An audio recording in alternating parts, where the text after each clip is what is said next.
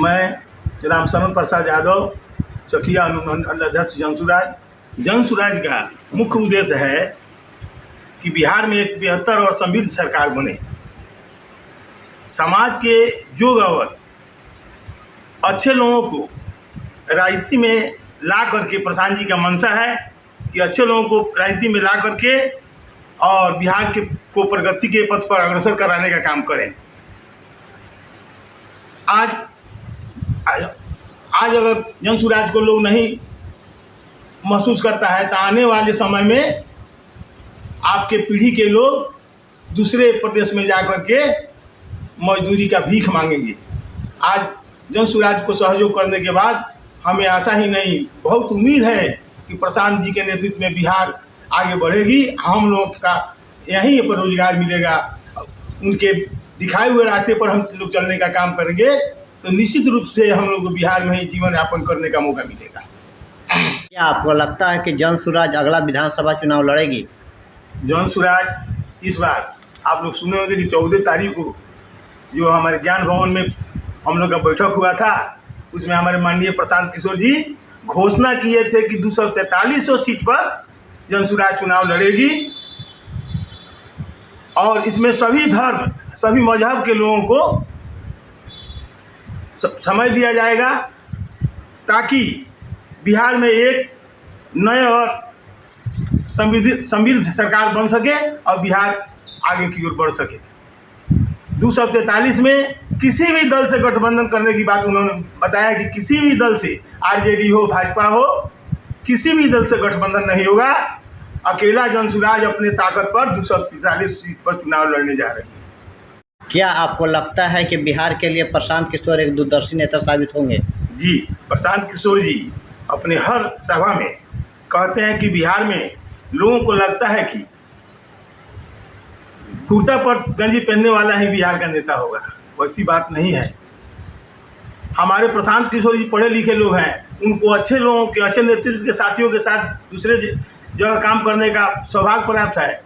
अनुभवी लोग हैं, उनका समझ है कि बिहार कब प्रगति करेगा जब इसमें अच्छे लोग आकर के इसमें अच्छे लोगों का आगमन हो रहा है, अच्छे लोग आवेंगे और साफ सुथरा सरकार बनेगी, आप बिहार का विकास होगा। आपको लगता है कि जनसुराज के माध्यम से अच्छे लोग राजनीति में आएंगे?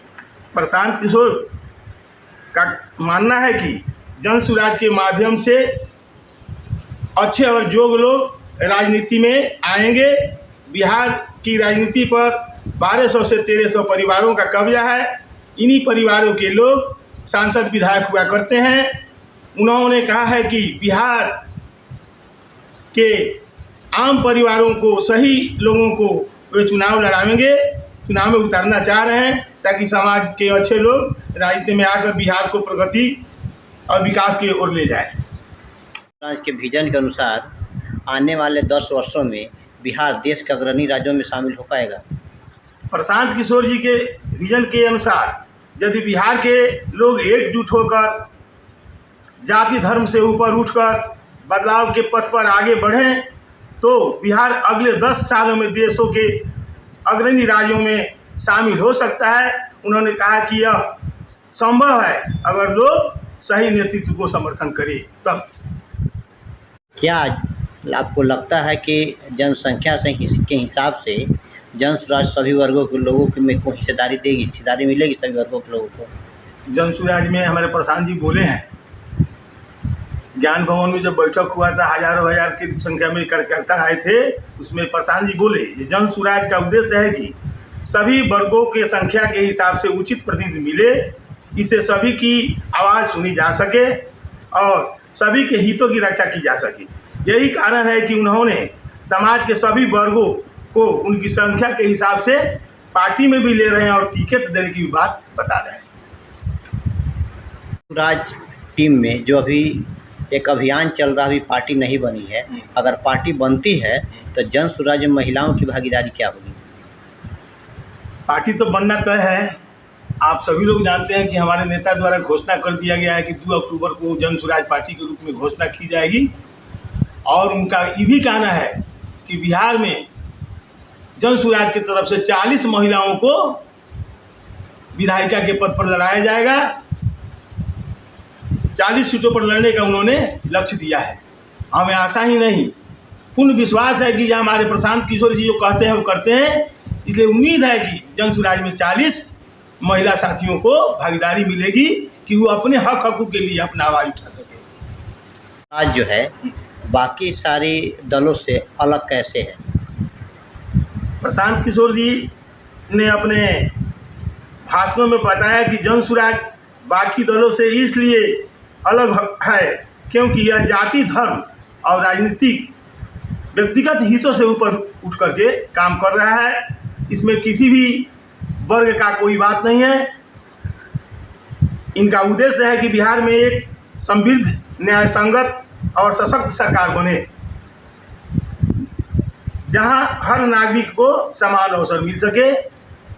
इनके जो बताए गए रास्ते हैं उस पर हम सभी साथी काम कर रहे हैं। हमें आशा ही नहीं, पूर्ण विश्वास है कि प्रशांत जी जो कहते हैं वो करते हैं। आने वाला समय में इस पार्टी में महिलाओं को 40 सीट से लड़ाने की तैयारी चल रही है।